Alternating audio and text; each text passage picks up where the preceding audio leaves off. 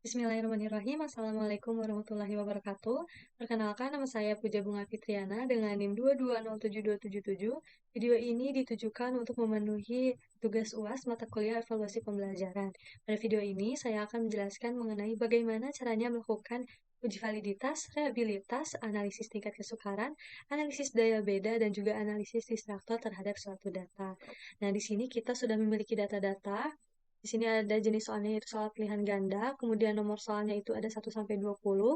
Sudah tertera juga kunci jawabannya, dan di sini ada 24 siswa. Oke, baik di sini. Yang pertama kita akan melakukan uji validitas terlebih dahulu, yaitu langkah awal dengan menentukan J benar Y-nya. Ini dengan cara sama dengan sum produk. Kemudian yang ini sama dengan jawaban siswanya. Tutup kurung dikali 1, tutup kurung lagi. Di sini kurungnya 1 kali lagi. Oke, ketemu jawabannya 7. Kemudian ini bisa kita drag seperti ini. Habis itu yang Y kuadratnya kita ulang ya, sama dengan yang ini. Sama dengan ini bisa kita kuadratkan. Ketemu jawabannya 49, sama seperti tadi bisa di drag. Untuk ini itu adalah jumlah dari J benar Y sama dengan sum. Ini. Oke, ketemu ya. Yang ini juga sama. Selanjutnya untuk menentukan apakah jawaban siswa itu benar atau salah. Kalau benar itu di sininya muncul angka 1, kalau salah itu angka 0 gitu ya. Ini dengan cara sama dengan if jawaban siswanya kunci jawaban, 1,0, tutup kurung. Yang ini kita kasih simbol dolar supaya ketika di drag nanti tidak berubah. Oke, ketemu misalnya 1 ya. Kita bisa langsung drag. Selanjutnya ke bawah juga nanti kita bisa drag. Ini untuk mempermudah. Nah, udah seperti ini. Selanjutnya kita menghitung J benar X-nya. J benar X-nya ini dengan cara sama dengan countif. Dari sini sampai sini. Kemudian koma. Kunci jawabannya. Kurung. Oke, ketemu jawabannya 24. Terus kita bisa drag seperti biasa. Nah, untuk menentukan R-tabelnya ini, saya sudah sediakan R-tabel dari uji validitas. Di sini ada DF sama dengan N kurang 2. Nah, jumlah peserta didiknya itu kan ada 24, berarti tinggal dikurang 2 menjadi 22. Nah, untuk tingkat signifikansi uji dua arahnya ini yang dipakai adalah 0,05. Kita lihat nih, 22. Berarti 0,4044. Itu untuk R-tabelnya. Ini ya, sudah tertera. Oke, selanjutnya untuk R hitungnya ini bisa dengan cara sama dengan Corel. Kemudian berarti ini yang ini.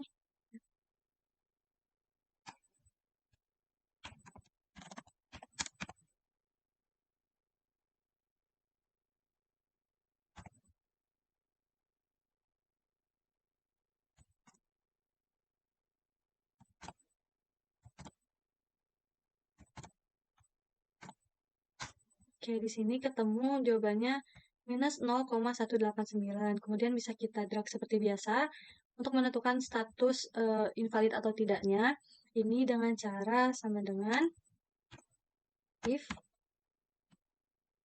ini lebih dari sama dengan R-tabelnya, koma, valid, koma, invalid. Tutup kurung. Nah, ini invalid. Di sini kita lihat ya, minus 0,18 itu invalid. Kemudian kita cari yang lain yang valid. Nah, ini 0,42784. Artinya, kalau misalkan R hitungnya ini lebih besar daripada R tabel, maka hasilnya akan valid. Sedangkan kalau misalkan R hitungnya lebih kecil daripada R tabel, maka hasilnya bakal invalid. Seperti itu. Oke, selanjutnya di sini kita melakukan uji reliabilitas. Kita menentukan dulu P-nya. Nah, untuk P-nya ini kita dihitung dengan cara sama dengan J benarnya ini per jumlah siswanya ada 24. Di sini kita kasih simbol dolar lagi. Oke ya, 1. Kemudian Q-nya ini tinggal 1 dengan 1 dikurang P-nya. Nah, untuk PQ-nya itu berarti tinggal 1 dikali 0, berarti 0. Kemudian untuk sigma PQ-nya, yang ini Nah, ketemu hasilnya, kita sama dengan var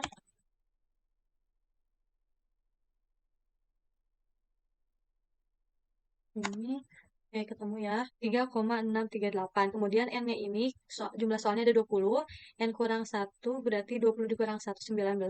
Selanjutnya untuk menentukan R11 ini, kita coba hitung di sini aja ya. Sama dengan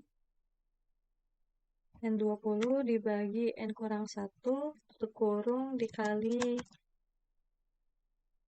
SD kuadrat, dikurang sigma PQ, tutup kurung, per. Nah, kemudian di sini kita tahu hasilnya minus 0,0623263.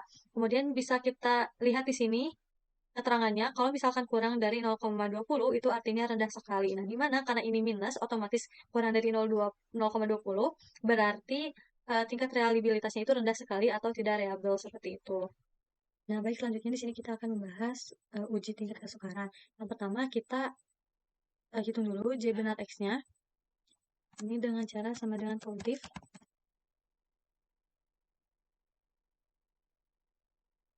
Koma, kunci jawabannya, itu kurung. Nah, 24 ya.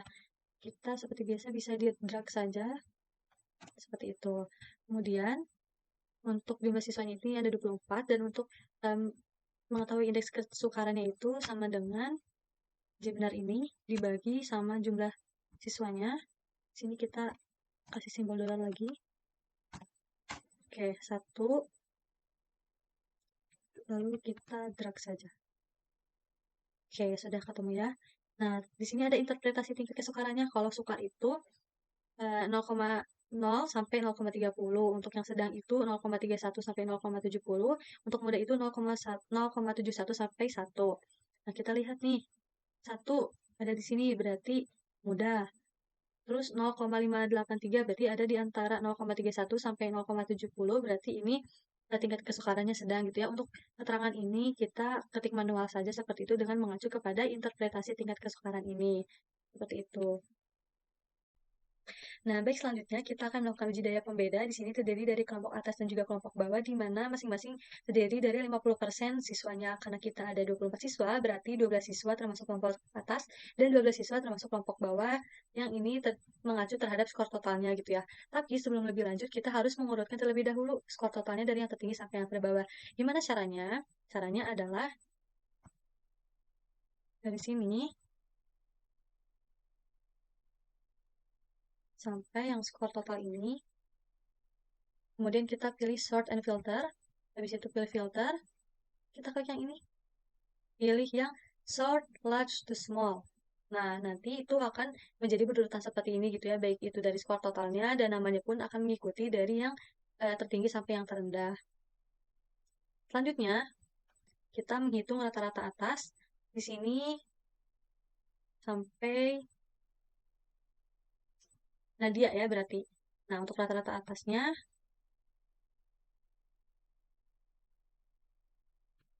sama dengan average. Di sini sampai Nadia. Ketemu 1, tinggal kita reg seperti biasa. Kemudian untuk rata-rata bawahnya berarti sama dengan average dari Ririn sampai Prasasti. Oke, sama 1 ya, seperti itu. Kita bisa reg seperti biasa. Selanjutnya, untuk uji daya pembeda ini, kita hitung sampai sini. Sama dengan dalam kurung rata-rata atas dikurangi rata-rata bawah, tutup kurung dibagi 1. Oke, ketemu ya, ini 0 sama seperti ini. Nah, untuk keterangan apakah daya pembedanya ini sangat baik, cukup, atau kurang baik, kita bisa mengacu terhadap keterangan yang ada di sini, di kriteria daya pembeda.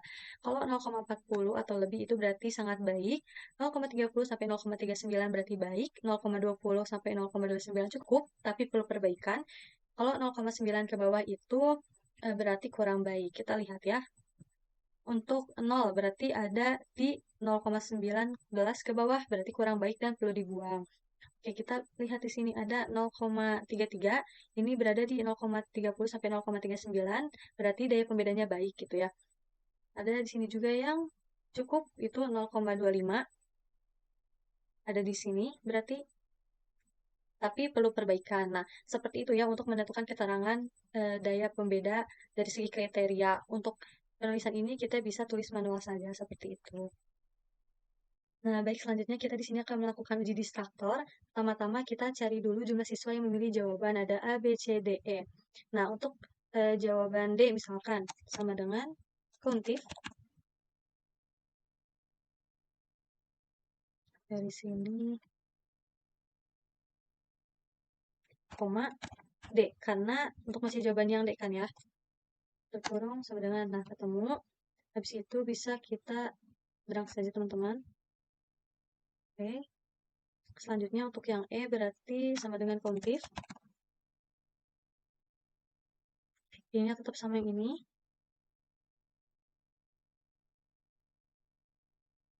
Koma di sininya tapi jadi E teman-teman. Seperti itu. Nah, udah ketemu. Kita drag lagi. Oke. Nah, kemudian untuk tingkat distraktornya ini dengan cara sama dengan yang ini dibagi 24 saja. Nah, seperti itu.